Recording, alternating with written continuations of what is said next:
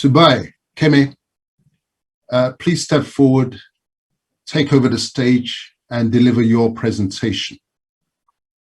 Good afternoon, sir. Good afternoon, my brothers and sisters here present for this noble conference for understanding the critical and important mission we have for the liberation of our people.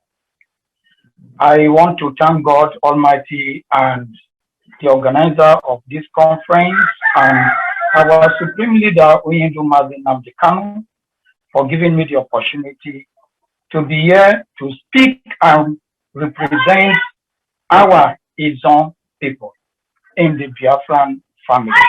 Thank you. I am Subai Goodluck Keme from Kelegbaya Compound, Kayama Community, Kolokmo local government area of Biafra State in Biafran land.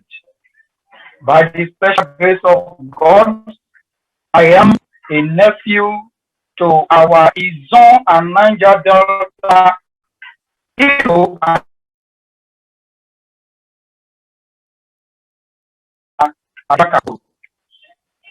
by the special grace of God, my topic which I have to present here is why the coastal area ethnic people and the Ijaw or most of the Niger Delta people do not see themselves as Biafrans.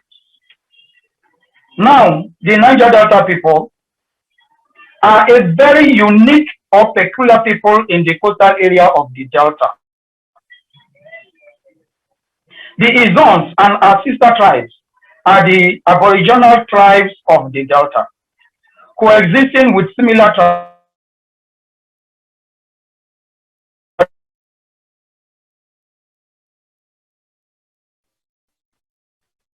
as Niger Delta.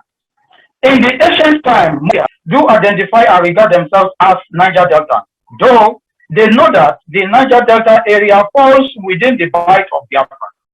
My uncle, late Isaac Adakaboro, also mentioned it in his 12-day revolution book that the Niger Delta area spans the coast of the bite of Biafra. Therefore, they see themselves as a separate, independent, and autonomous ethnic nationality. As such, any attempt by other ethnic groups to annex or incorporate them into one world body is seen as an act of subjugation, domination, and oppression by them. The notion of this independent Niger Delta was reinforced by my late uncle, the Ijaw and Niger Delta hero and legend, Major Isaac Adakaboro, when he planned, worked upon, championed, and spearheaded the declaration of Niger Delta People's Republic on the 23rd of February 1966, which his Niger Delta Volunteer Service men, with his Niger Delta Volunteer Service men, for 12 days before they were subdued by the Nigerian military forces, ably led by our late father and Biafran hero, Colonel Odumegwu Ojukwu, the then Eastern governor, and him, Isaac Adakaboro, and his two lieutenants, Captain Timinipre Samuel Ogunaro and Captain Norton Dick, were all arrested, prosecuted, and arraigned at the then Eastern Region High Court and was sentenced to death, even up to the Supreme Court, but was later commuted to life imprisonment by the then Gowan government. The only crime my uncle Isaac Adakaboro, Samuel Ogunaro, and the rest committed was to ask and declare for self-determination, which our father Ojukwu also went against and condemned them to death instead of our father and our Igbo brother Ojukwu as the governor of the Eastern region then to invite and discuss with them, to know why they did what they did and negotiate with them to propose solution to their demand. He aligned himself with the northern oligarchy to kill them for asking for their rights. The act of our father Ojukwu against his own brother Isaac Adakaboro is seen as a serious wrong against the Ijaw by the Ijaw, and there is a long-standing hatred and bitterness against the Igbos by the Ijaw, because them, the Ijaw, have this general belief that the Igbos worked against them and truncated the only opportunity they were having to obtain their freedom and independence. But the likes of us, like me, have put aside all these archaic hillbillies and bitterness and have embraced the realities of life, by wholeheartedly aligning myself with our supreme leader, Onyendu Mazi Nnamdi Kanu, and working assiduously for the total and final restoration of Biafra. We have seen this as the second and last opportunity for we, the Ijaw and the Niger Delta, to secure our freedom. As such, we have been going from one Ijaw community to another, from creek to creek, creating and constituting IPOB families, campaigning, sensitizing, informing, reorientating our Ijaw people of the need to embrace, welcome, work, and support the final restoration of Biafra.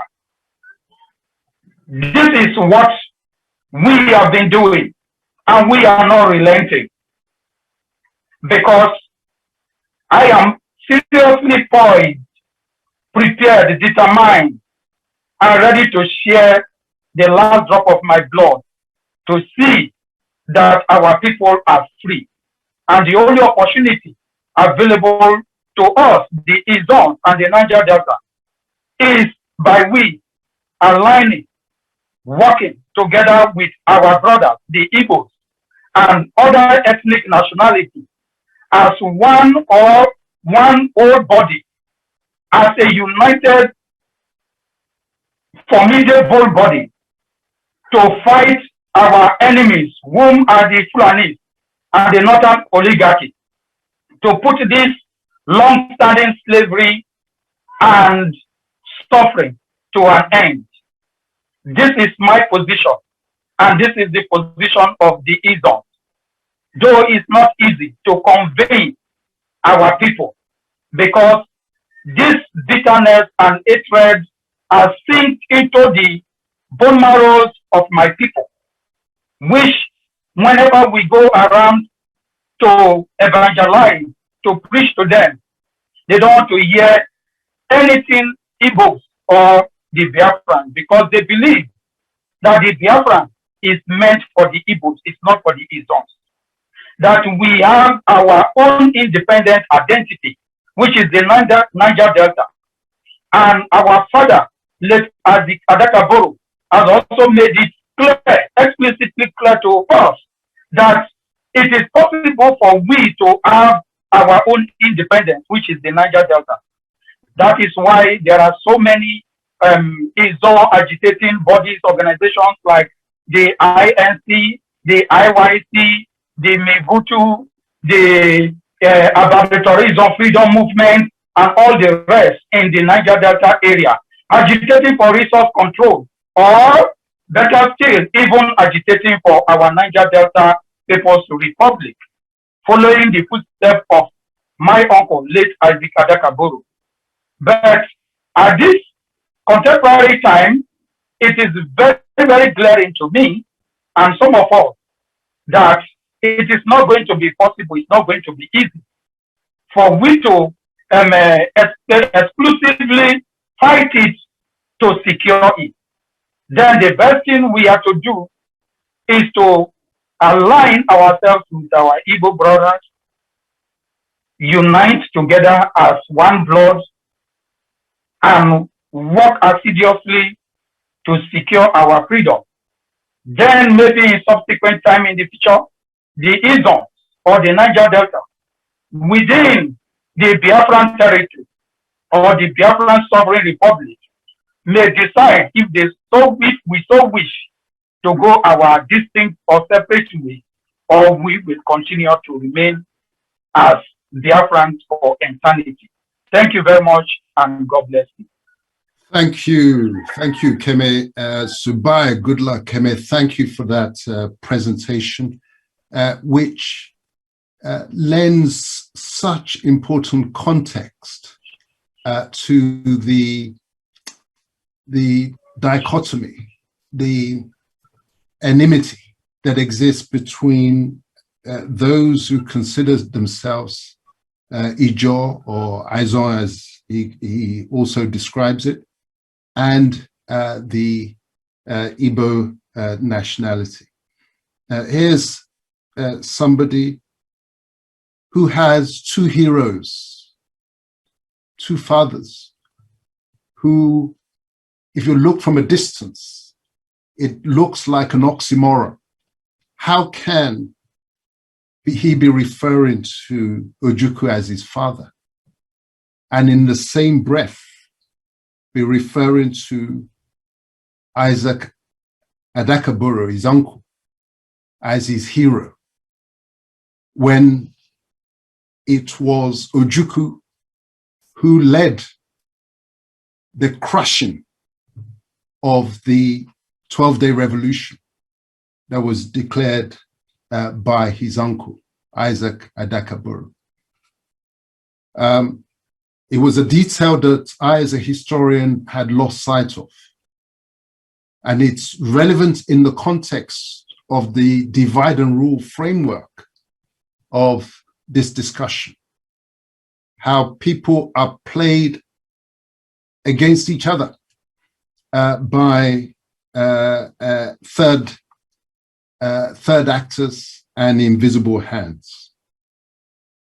It's with that context, you can fully understand why Ijaw people, as he said, the hatred of the Igbos has seeped down to their very bone marrow when they remember that their quest for freedom was not only stopped by an Igbo-led government under Ironsi, but the actual military action to crush that revolution within the eastern region was led by the commander of the forces in the eastern region, which was Ojukwu.